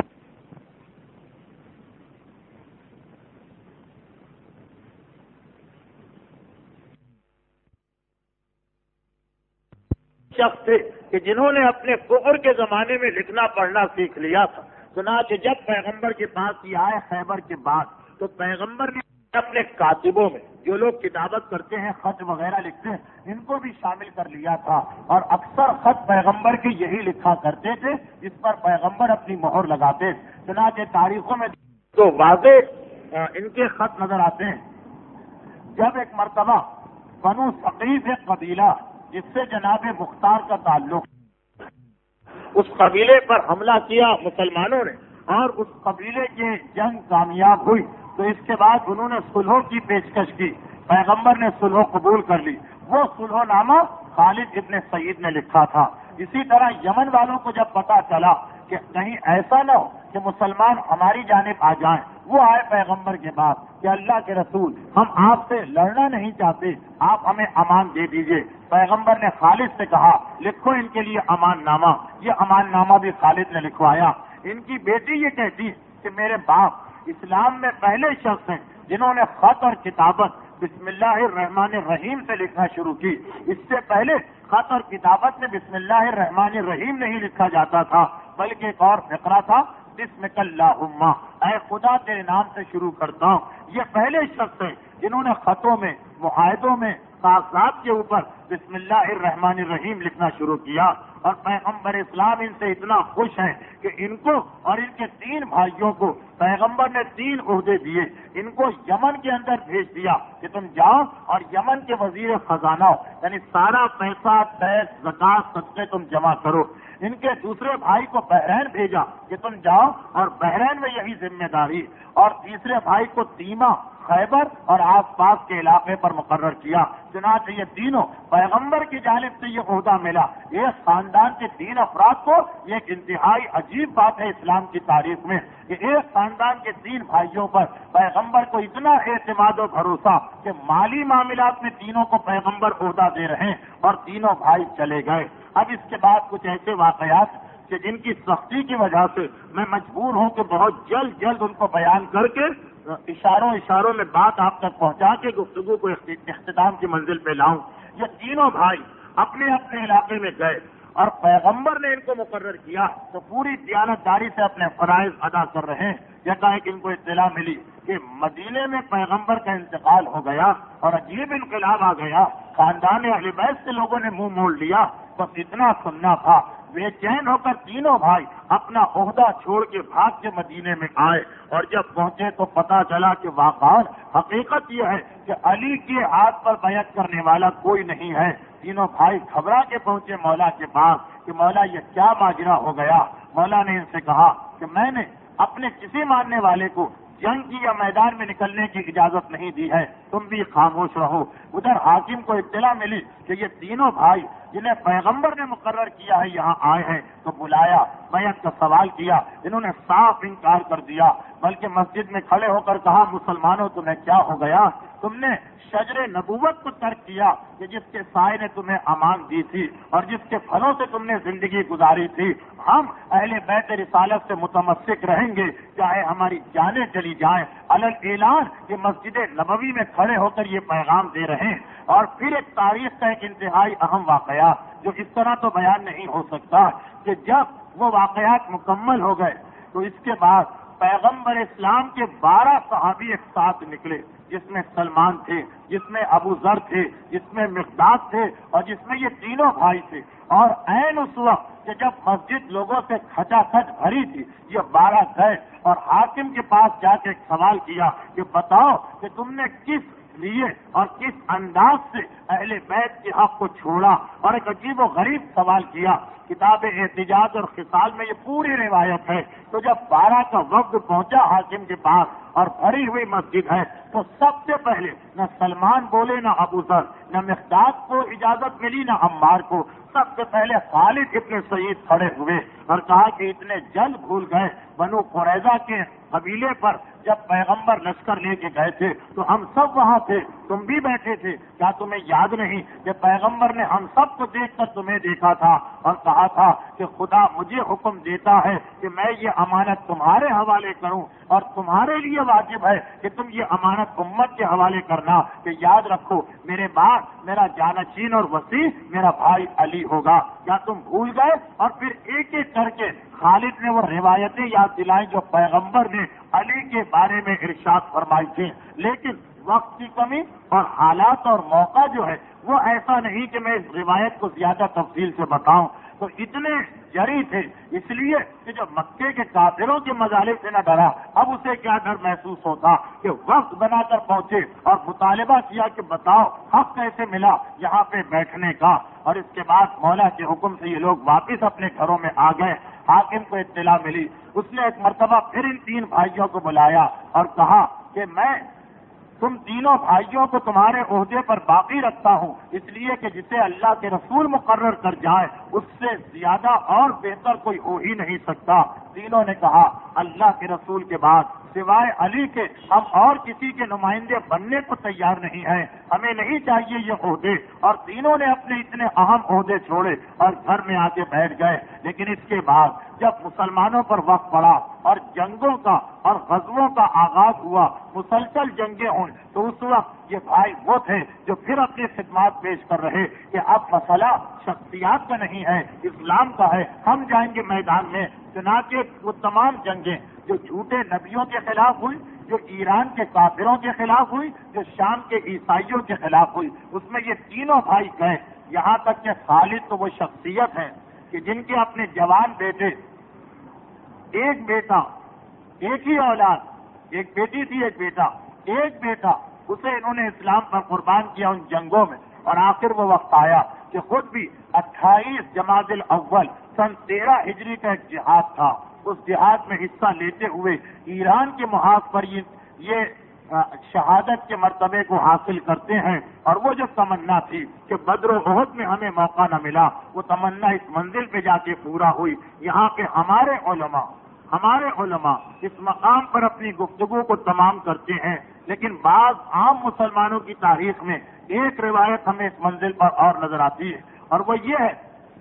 کہ یہ اس جنگ سے کامیاب واپس آئے، اور اس کے بعد اگلی ایک جنگ تھی اس میں حصہ لینے گئے۔ وہ جنگ کئی مہینے تک چلی، اس جنگ میں حصہ لے رہے تھے کہ انہیں پتا چلا کہ اس علاقے میں ایک صحابی رسول تھے اکرمہ، ان کی بیوہ ام حکیم رہتی ہیں، چنانچہ انہوں نے ان کے نام پیغام دیا شادی کا۔ ام حکیم نے کہا کہ یہ جنگ ختم ہو جائے، اس کے بعد شادی کا انتظام کیا جائے گا۔ پیغام قبول کر لیا، کہا نہیں، مجھے یقین ہے کہ کل میں مارا جاؤں گا، اس لیے چاہتا ہوں کہ آج ہی شادی ہو جائے۔ فوراً اس بیوہ نے یہ پیغام قبول کر لیا اگر ایک شہید کی بیوہ بننے کا اعزاز مجھے ملے گا تو اس سے بڑھ کر میرے لیے سعادت کیا ہو سکتی ہے۔ چنانچہ شام کے وقت دونوں کا نکاح ہوا، رات اجلہ عروسی میں گزری، اگلے دن صبح کو دعوت ولیمہ کا اہتمام کیا، اور ادھر ولیمے کی دعوت ختم ہوئی، ادھر ایک مرتبہ شور اٹھا کہ کافروں نے حملہ کر دیا ہے۔ تلوار لے کے یہ باہر نکلے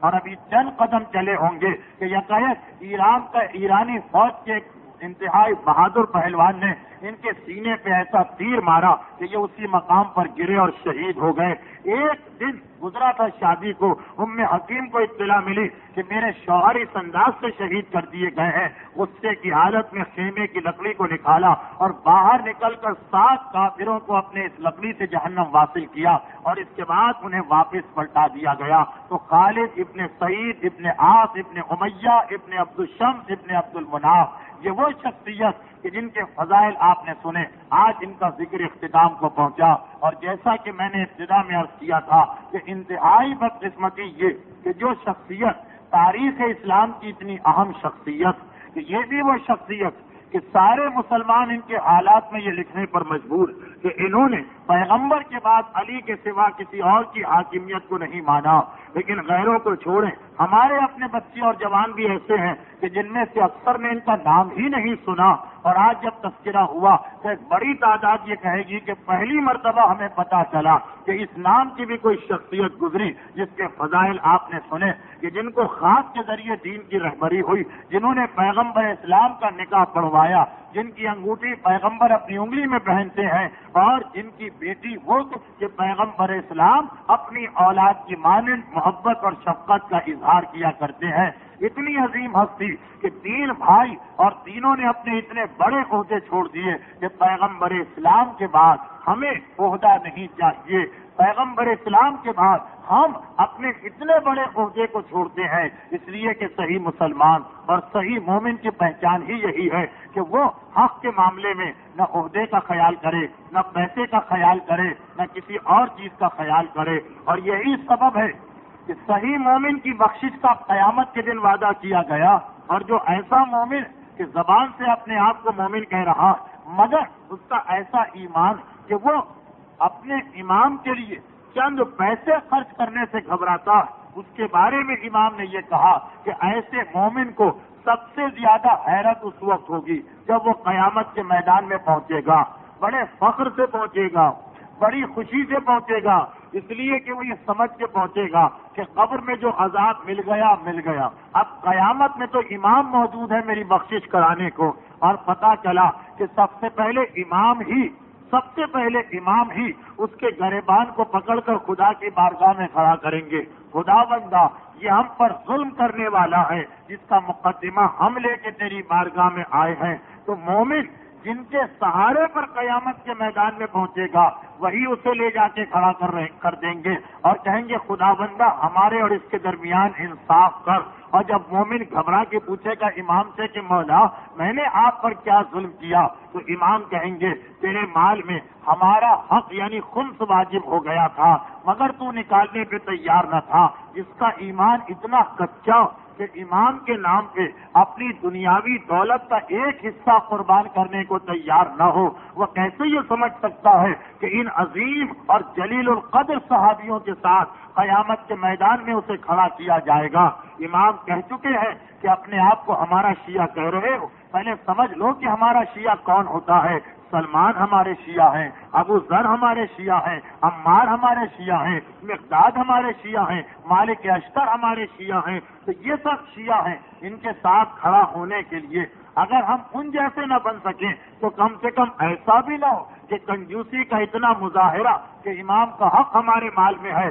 اور ہم اسے دیتے ہوئے بھی گھبراتے ہیں، جبکہ رحمت تو امام کی رحمت تو اتنی کہ اگر امام ہم سے یہ مطالبہ کرے کہ جو کچھ تم حاصل کرتے ہو سب ہمیں دے دو، ہم تمہارے امام، تم کہتے ہو کہ مولا آپ ہمارے امام، اگر ہم تم سے سب کچھ مانگے تو تمہیں دینے میں اعتراض نہیں ہونا چاہیے، مگر یہ رحمت امام کہ امام سب نہیں مانگتے، کہتے ہیں خرچ کرو،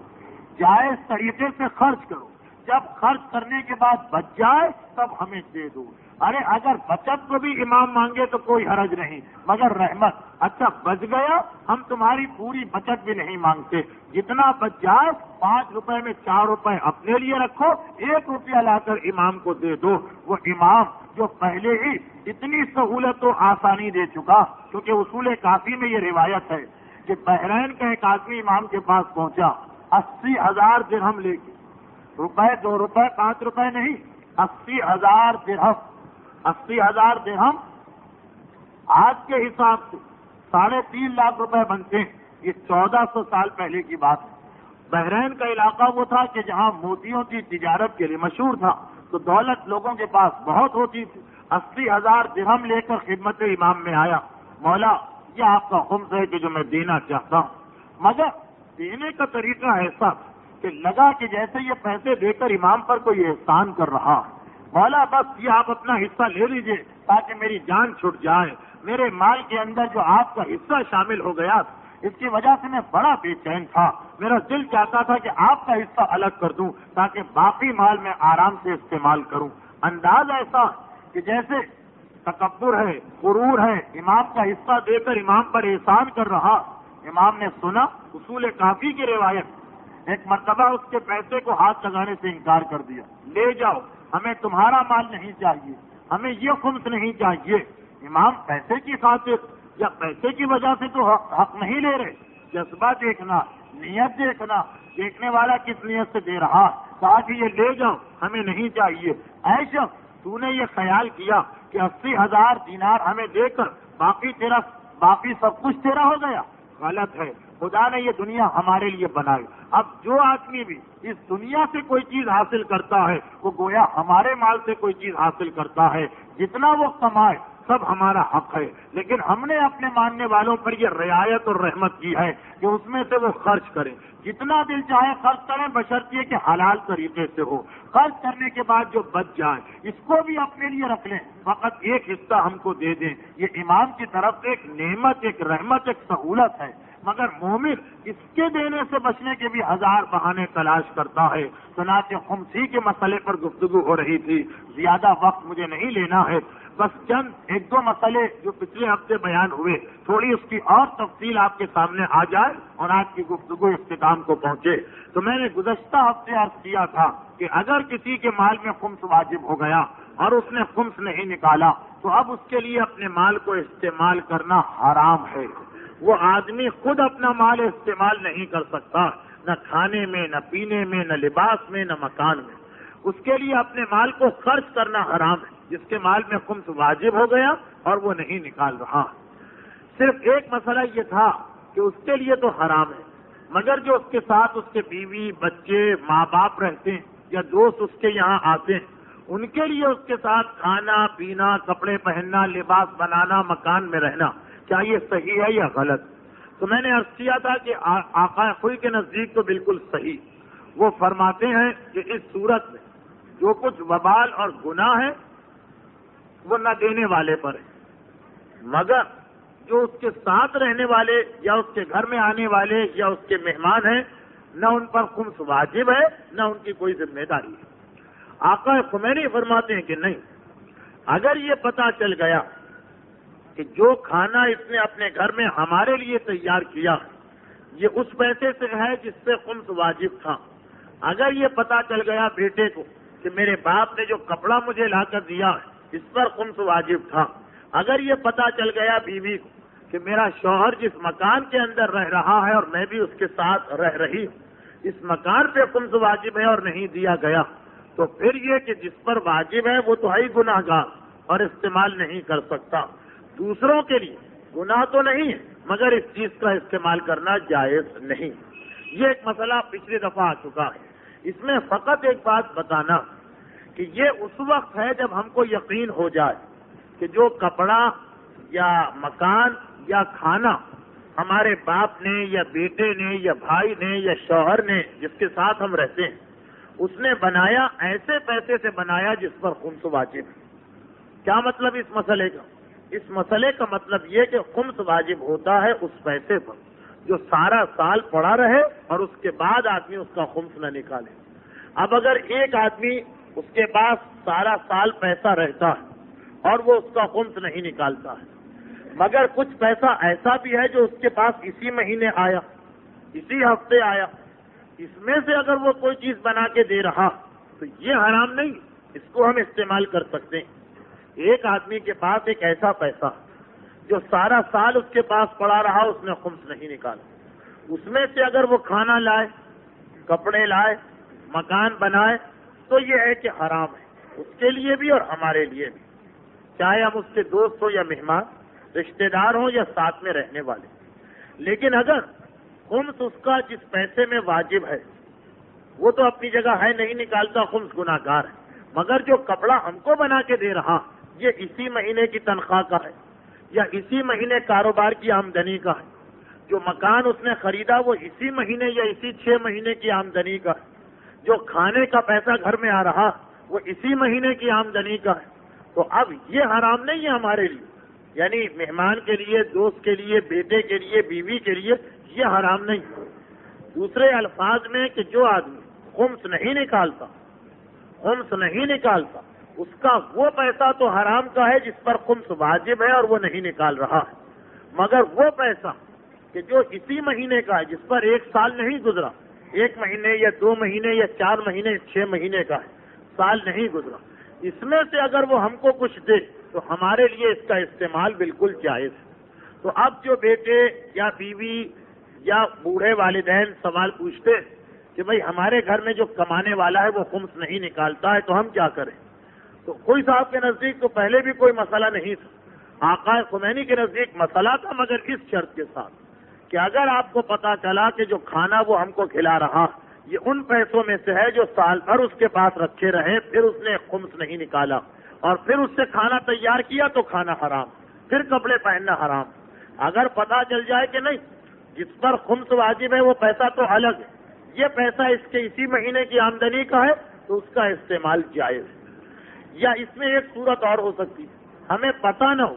کہ یہ اس مہینے کی آمدنی کا ہے یا پرانی آمدنی کا ہے، پتہ نہ ہو، اس صورت میں بھی جائز ہے. تو جائز ہے ہمارے لیے جو آدمی خمس نہیں نکالتا اس کے ساتھ رہنا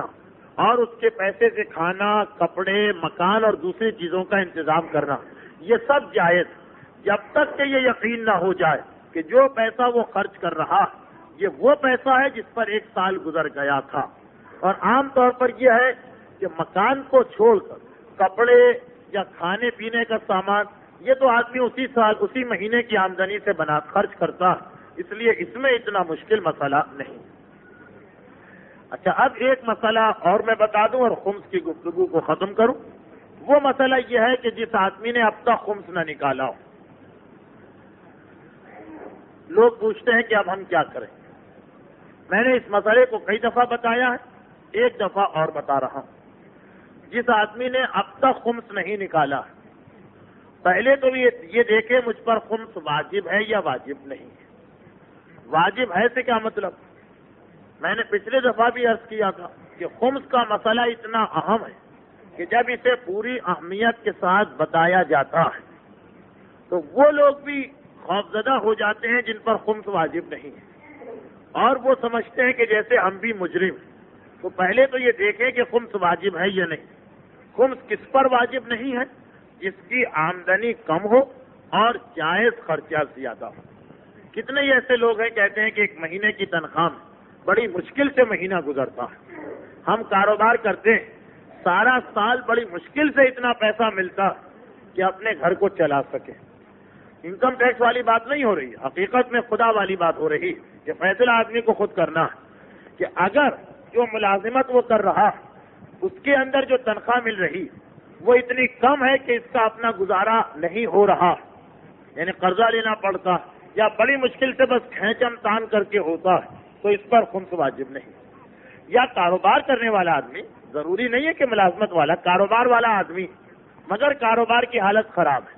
بس سارا سال کاروبار کرتا ہے اور بڑی مشکل سے گزارے کے قابل پیسے ملتے ہیں اور کچھ نہیں بچتا ہے، اس پر بھی خمس واجب نہیں. جب سے یہ بالغ ہوا اگر اب تک یہی حالت تھی کہ جتنے عرصے اس نے نوکری کی یا کاروبار کیا بچا کچھ نہیں، جتنی آمدنی ہے وہ سب خرچ ہو جاتی ہے، تو اس آدمی پر خمس نہیں. مگر شرط آپ یاد رکھیے، جائز خرچہ، کیونکہ خرچے کو تو آدمی جتنا بڑھائے بڑھتا چلا جاتا ہے، جتنا سمیٹے سمٹتا چلا جاتا ہے۔ تو اسلام کہتا ہے نہ کنجوسی سے زندگی گزارو نہ فضول خرچی سے، اعتدال، درمیانی زندگی۔ یہ اگر کاروبار یا تنخواہ جو ملازمت ہے اس کی تنخواہ یا کاروبار کی آمدنی جو ہے اس سے بس خرچہ پورا ہو رہا ہے، نہ بچتا ہے نہ کم پڑتا ہے، یا یہ کہ کم پڑ جاتا ہے، ایسے آدمی پر خمس نہیں ہے، وہ آرام سے اپنی زندگی گزارے، بس اس کے پاس جو چیز سال بھر تک رہ جائے اس کا خمس دے دے۔ مثلا میں نے کفن کی مثال دی، غریب آدمی ہے، کفن خرید کے ڈال لیا سال بھر تک، تو باقی اس کی آمدنی پہ خمس نہیں تھا، یہ چیز ایک سال پڑی رہی، اس کا خمس دینا پڑے گا۔ ہاں، یہ تو ہو گیا ایک آدمی۔ اب وہ آدمی کہ نہیں جس کے پاس کچھ بچت ہوتی ہے تنخواہ میں یا کاروبار میں اور اس نے اب تک خمس نہیں نکالا، وہ کیسے خمس نکالے؟ اس کے لیے ایک میں طریقہ بتاتا ہوں، ذرا مشکل طریقہ ہو جائے گا کچھ لوگوں کے لیے، مگر توجہ سے سنیں تو بس اتنا ہی کافی ہے آج کی حد تک۔ وہ طریقہ یہ کہ جب سے اس نے کمانا شروع کیا اس وقت یہ دیکھے، کیونکہ ایک آدمی جب سے کمانا شروع کرتا ہے اس وقت سے تو بہرحال اس کی تنخواہ اتنی نہیں ہوتی کہ پیسے بچے۔ عام طور پر جو شروع میں لوگ تھے جنہوں نے کاروبار شروع کیا یا ملازمت کی، شروع میں سن 60 65 70 تک حالات بڑے خراب تھے، بڑی مشکل سے گزارا ہوتا تھا۔ تو یہ آدمی جس کے پاس آج آمدنی زیادہ ہے خرچہ کم ہے، یہ یاد کرے کہ کس سال تک میرا گزارا بڑی مشکل سے ہو رہا تھا، کچھ بچتا ہی نہیں تھا۔ جس سال تک پتا چلے کہ مثلا میں سن 55 سے کما رہا ہوں لیکن سن 75 تک تو بس گزارے کے قابل کماتا تھا، کچھ بچتا نہیں تھا، اس وقت تک تو اس پر کوئی خمس نہیں۔ اس کے بعد سے لے کر آج تک وہ دیکھے کہ ہر سال میں جتنا کماتا تھا خرچہ کرنے کے بعد کتنا میرے پاس بچ جایا کرتا تھا، ہر سال کے سال ایک اندازہ لگا ہے۔ مثلا 15 سال سے اس کے پاس اتنی آمدنی ہے کہ ہر سال کچھ بچتا تھا، دیکھے کہ ہر سال میں کتنا کماتا تھا، پھر اس سال میں کتنا خرچ کر دیتا تھا اسی سال کے چیزوں میں، فرنیچر میں، کپڑوں میں، کھانے میں، اسی سال کی چیزوں میں، پھر کتنا بچتا تھا اندازہ لگائے ہر سال کا آج تک، اور جتنا اندازہ لگے اتنا خمس وہ دے دے، اس کا خمس کا حساب صاف ہو گیا۔ یہ بھی بہت آسان ہے، مگر مشکل مسئلہ ہوتا ہے تیسرے لوگوں کو۔ یہ وہ لوگ ہیں کہ جن کو یہ اندازہ ہی نہیں کہ ہر سال کتنا بچتا تھا، کوئی حساب کتاب نہیں، کچھ نہیں پتا۔ تو ایسے لوگ کہ جن کے پاس جب سے انہوں نے کمانا شروع کیا اب تک کا کوئی حساب نہیں کہ کتنا کمایا، کتنا خرچ کیا، کتنا بچا، ان کے لیے ایک ہی طریقہ کہ وہ جس مجتہد کی تقلید کرتے ہیں ان کے نمائندے کے پاس جائیں، اپنا معاملہ رکھیں۔ اب وہ نمائندہ خود سوال کرے گا، آپ سے پوچھے گا کہ آپ نے کب سے نوکری شروع کی، پہلے تنخواہ کتنی تھی، بعد میں کتنی ہوئی، کیا کیا آپ نے خرچہ کیا، اور خود وہ حساب لگائے گا، آپ کو کچھ نہیں کرنا ہے۔ جو وہ کہے اس کا جواب دیجئے، وہ اندازے سے حساب لگا کر کہے گا کہ آپ پر ساری زندگی 50,000 یا 60,000 یا 1 لاکھ خمس بنتا ہے۔ خیر اب یہ رقم بن گئی تو ابھی بھی گھبرانے کی ضرورت نہیں، یہ پیسے وہ فوراً نہیں مانگے گا، یہ خمس بنتا ہے جو آپ کو دینا ہے۔ کس طرح سے آپ دینا چاہتے ہیں، کس میں آپ کی سہولت ہے، سال دینا چاہتے ہیں، مہینے دینا چاہتے ہیں، 10 روپے دینا چاہتے ہیں مہینے میں، یا 100 روپے دینا چاہتے ہیں، یا 1000، آپ کی سہولت آپ کی مرضی پر ہے۔ اتنا خمس بنتا ہے یہ آپ دے دیجیے، یہ آپ کا اور خدا کا قرضہ،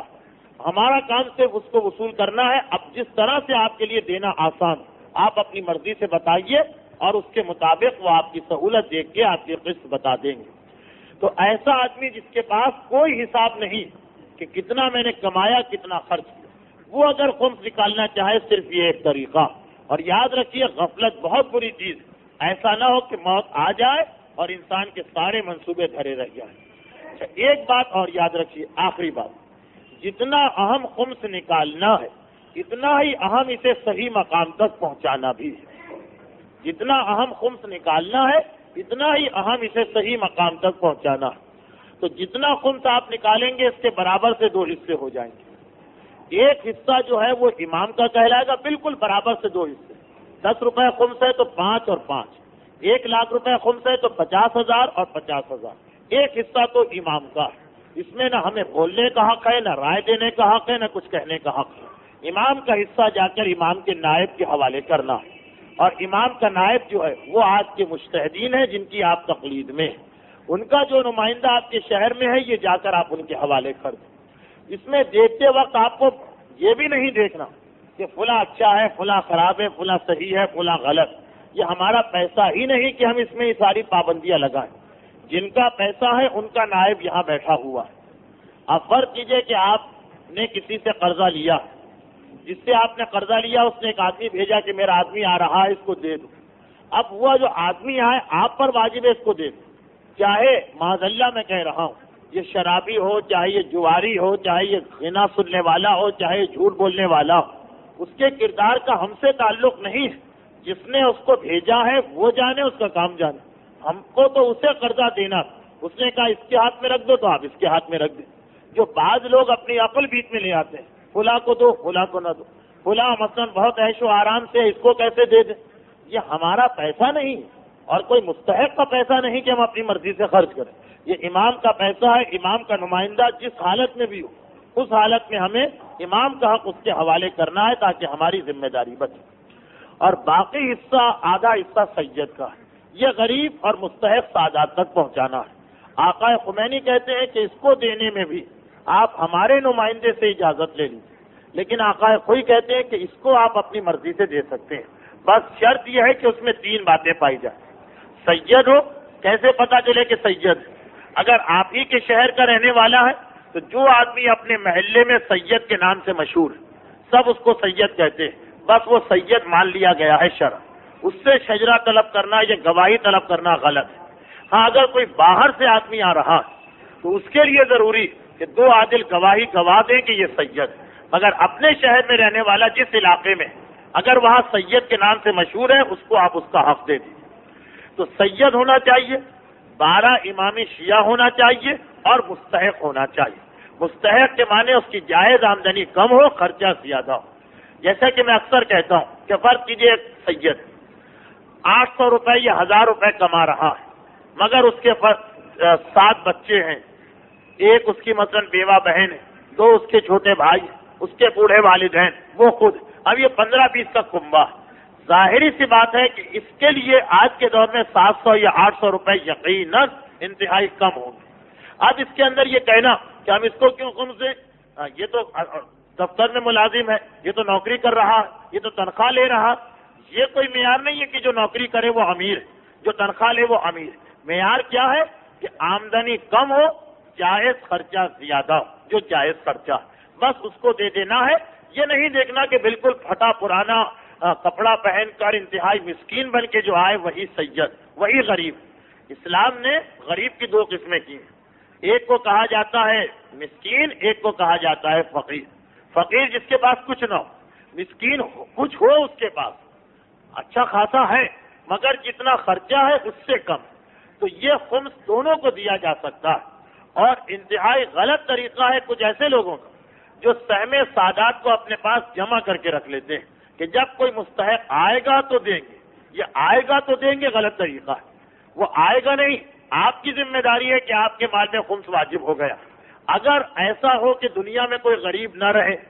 یا ہو غریب سید لیکن بہت ڈھونڈنے سے نظر آئے تو خیر بات ٹھیک ہے، ڈھونڈیں گے تو دیں گے، لیکن جس ماحول میں غریب سید چاروں طرف، وہاں ہم پر خمس واجب ہو گیا آج، تو ہماری ذمہ داری کہ آج ہی جا کر پہنچا دیں، یا یہ کہ مجتہد سے اجازت لے لیں کہ 2-4 دن ہم کو لگیں گے، لیکن جس دن خمس واجب ہے اسی دن اس کو پہنچانا بھی واجب ہے۔ ایک دن بھی اگر آپ تاخیر کر رہے ہیں تو مجتہد یا اس کے نمائندے سے اجازت لینا پڑے گی۔ لیکن آپ نے بڑی تعداد میں دیکھا ہوگا لوگوں کہ سید کا حصہ جمع ہے ان کے پاس، کوئی آئے گا تو دیں گے۔ بھائی لوگ بہت آ کے پریشان کرتے ہیں، ان کے لیے بھی تو کچھ ہونا چاہیے۔ تو یہ تو کوئی مسئلہ اور اصول نہیں ہوا کہ اگر ایک شریف آدمی پریشان نہیں کرتا ہے چاہے وہ غریب ہو، اسے کچھ نہیں ملے گا، جو آ کے پریشان کرتا ہے اس کو دینا چاہیے۔ نہیں، یہ اس انتظار میں کہ کوئی آئے ہم جمع کریں، یہ خود حرام اور گناہ، اس کا حق واجب ہو گیا، اب آپ اس کو فوراً پہنچا دیجئے۔ یہ بہرحال خمس کے سلسلے میں ایک ذمہ داری تھی، ایک مسئلہ تھا، یہ ایک حق ہے سادات کرام کا جو ہمیں ادا کرنا، اور سادات کرام کا ایک حق اس لیے بھی ہے کہ یہ سادات کرام کا حق آل محمد کی جانب سے سادات کو دیا گیا، اور آل محمد کے احسانات ادا کرنے کا تقاضا یہ کہ سادات کے حق کو ایک دن کے لیے نہ روکا جائے. خود ہی آپ سوچیے کہ اگر ہم آل محمد کا حق روکیں گے تو ہم کیسے ان کو برا بھلا کہہ سکتے ہیں یا ان کی مذمت کر سکتے ہیں یا ان کے ظلم کو ظاہر کر سکتے ہیں جنہوں نے بھی وہی کام کیا جو ہم کر رہے ہیں. بس ہم نے چھوٹے پیمانے پر کیا، انہوں نے بڑے پیمانے پر کیا. فرق تو چھوٹے اور بڑے کا ہے مگر گناہ میں تو دونوں شریک ہو چکے. تو آل محمد کا حق روکنے والا ان کی مذمت نہیں کر سکتا کہ جو آل محمد کے ظالم تھے. اگر آل محمد کے ظالم کا تذکرہ کرنا ہے تو پہلے اپنے آپ کو ظالموں سے نکالنا ہوگا. ہماری گردن پہ آل محمد کا حق ایک رات کے لیے بھی باقی نہ رہنے پائے، ایک رات کے لیے بھی. اور یہ سادات کا حق وہ حق ہے کہ اسے یہ نہ سمجھیں کہ اسلام نے سادات کرام کے نام سے شہزادوں کا ایک طبقہ پیدا کیا ہے جس کا کام ہے بیٹھ کے کھائے، ہمارا کام ہے اسے کھلائے. ہرگز نہیں، بلکہ یہ ان قربانیوں کا نتیجہ ہے جو سادات کرام نے اسلام کو بچانے کے لیے دی ہے. یہ ان کا صلہ ہے جو پروردگار نے ان کو عطا کیا ہے. اور سادات کرام کی یہ ساری قربانیاں در حقیقت اس کا سرچشمہ وہ ذات مقدسہ ہے جو کربلا کے میدان میں اپنی جان قربان کر رہی ہے اسلام کو بچانے کے لیے. اب اس کے طفیل میں، اب اس کے صدقے میں جو اس کی اولاد ہے اس کی خدمت کرنا ہمارا فریضہ بن جاتا ہے. کربلا کی قربانی اسلام کو بچاتی ہے. تو آج ہم پر اگر اسلام ہم تک پہنچا ہے تو کم سے کم جو حق ہم ادا کر سکتے ہیں کربلا والے کا وہ یہ کہ اس کی اولاد اس کی نسل سے تعلق رکھنے والے سید بھوکے نہ رہیں، بے لباس نہ رہیں، پریشان حال نہ رہیں. یہ ایک ذرہ برابر بھی ہم احسان اتارنے کے قابل نہیں، مگر ہماری جانب سے ایک امام کی خدمت میں ایک تشکر کا اظہار ہوگا کہ مولا ہم آپ کی قربانی کو نہیں بھولے ہیں، مولا ہمیں آپ کی قربانی کا احساس ہے. اس لیے اگر کربلا میں آپ کے بچے بھوکے اور پیاسے تھے دوسروں کی وجہ سے، تو دیکھیے آج ہماری وجہ سے کوئی آپ کی اولاد میں نہ بھوکا رہے گا نہ پیاسا رہے گا. یہ آل محمد کی عظیم قربانی تھی. مگر اتنا مجھے عرض کرنا ہے کہ آل محمد کی یہ عظیم قربانی بھی مٹا دی جاتی، چھپا دی جاتی، پردہ ڈال دیا جاتا، کسی کو پتہ بھی نہ چلتا کہ کیا ہوا. یہ اس عظیم قربانی کے دینے والے حسین نے جتنی زحمتیں اٹھائیں اتنا ہی احسان ہم پر اس شخصیت کا بھی ہے جس نے حسین کی قربانی کو بچایا اور ہم تک حسین کا پیغام پہنچایا. اس میں ایک نام سید سجاد کا ہے اور ایک نام شہزادی زینب کا ہے. یہ دو ہستیاں وہ تھی جنہوں نے کربلا کے بعد یہ تہیہ کیا کہ ہمیں حسین کی قربانی کو بچا کر یہ پیغام گھر گھر پہنچانا ہے. ابھی آپ نے سنا تقریر میں خالد ابن سعید کی شہادت کے بعد ان کی بیوہ ایک مرتبہ جوش اور غم کی شدت سے میدان میں آئیں اور چوبے خیمہ سے 7 دشمنوں کو واصل جہنم کیا. یہ خالد ابن سعید کی بیوہ ہیں. کربلا کی سیدانیاں، کربلا کی بیویاں شجاعت میں ان سے کم نہ تھی بلکہ سینکڑوں اور ہزاروں گنا زیادہ تھی. مگر وہاں پہ صرف یہ احساس تھا کہ ہمیں اس قربانی کو بچانا ہے. اس لیے میدان میں کوئی بی بی باہر نہ آئی. ہاں جب کوفہ اور شام کے بازاروں اور درباروں میں جانا پڑا تو ہر بی بی اپنا فریضہ ادا کر رہی. اور جب واپس پلٹ کے مدینے میں یہ بیویاں آئی تو اس کے بعد بھی مسلسل حسین کے پیغام کو عام کیا جا رہا ہے. تاریخیں بتاتی ہیں حاکم مدینہ نے یزید کو خط لکھا، یزید مدینے میں انقلاب آ رہا ہے، یہاں کے حالات پلٹ رہے ہیں. جب کبھی حسین کی بہن زینب اپنے محلہ بنی ہاشم میں حسین کا نام لے کے فریاد بلند کرتی ہے تو راہ چلتے ہوئے لوگ رک جایا کرتے ہیں. باہر سے آنے والے سوال کرتے ہیں کہ یہ کس کی بہن ہے جو اتنا تڑپ کے اپنے بھائی کا ماتم کر رہی ہے.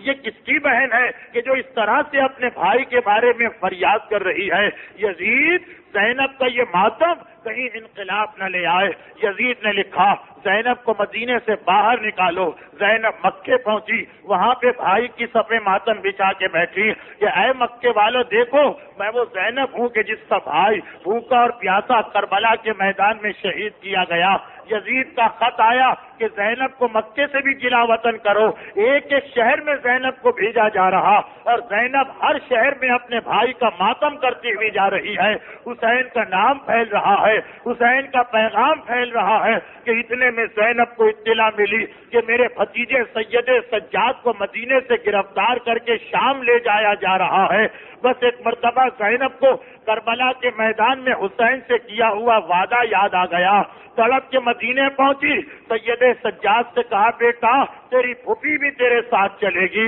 تجھے تنہا نہیں چھوڑ سکتی۔ سید سجاد کو گرفتار کر کے حشام کے زمانے میں دمشق لے جایا گیا، زینب ساتھ ہیں اور آخر وہ راستہ شروع ہو گیا جس کا ایک ایک مقام زینب کا جانا پہچانا مقام تھا۔ بیٹا یہ وہی تو مقام ہے جہاں سے ہمیں بے مکنا اور چادر کے قیدی بنا کے لے جایا جا رہا تھا، بیٹا یہ وہی تو مقام ہے کہ جہاں ہمیں دن بھر کھانے اور پانی سے محروم کیا جا رہا تھا۔ آخر ایک مرتبہ چلتے چلتے شام کے قریب ایک باغ میں جب یہ قافلہ پہنچا تو زینب کو یاد آ گیا، بیٹا سجاد یہ وہی باغ تو ہے جس میں میرے بھیا کا اور میرے گھرانے کے کٹے ہوئے سر درختوں سے لٹکائے گئے تھے، بیٹا میں اس درخت کی تلاش میں جا رہی ہوں جہاں میرے بھائی حسین کا کٹا ہوا سر لٹکایا گیا تھا۔ شہزادی زینب نے باغ کو پہچانا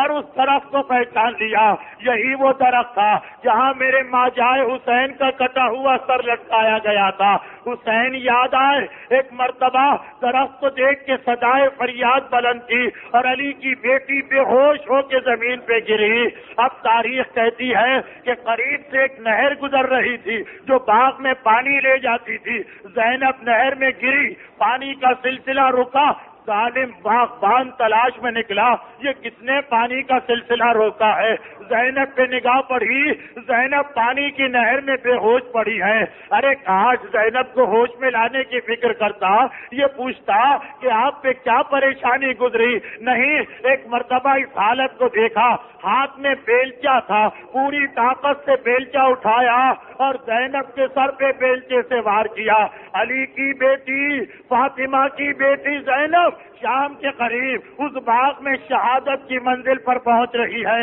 اور مجھے یقین ہے ادھر بیلچہ بلند ہوا ہوگا، ادھر حسین بھی آئے ہوں گے، فاطمہ زہرا بھی آئی ہوں گی، علی مرتضیٰ بھی آئے ہوں گے۔ بیٹی زینب ساری زندگی حسین کو یاد کیا، دیکھ تیرا حسین تجھے لینے آیا ہے۔ بیٹی زینب ساری زندگی ماں کو یاد کیا، دیکھ تیری ماں تجھے لینے آئی ہے۔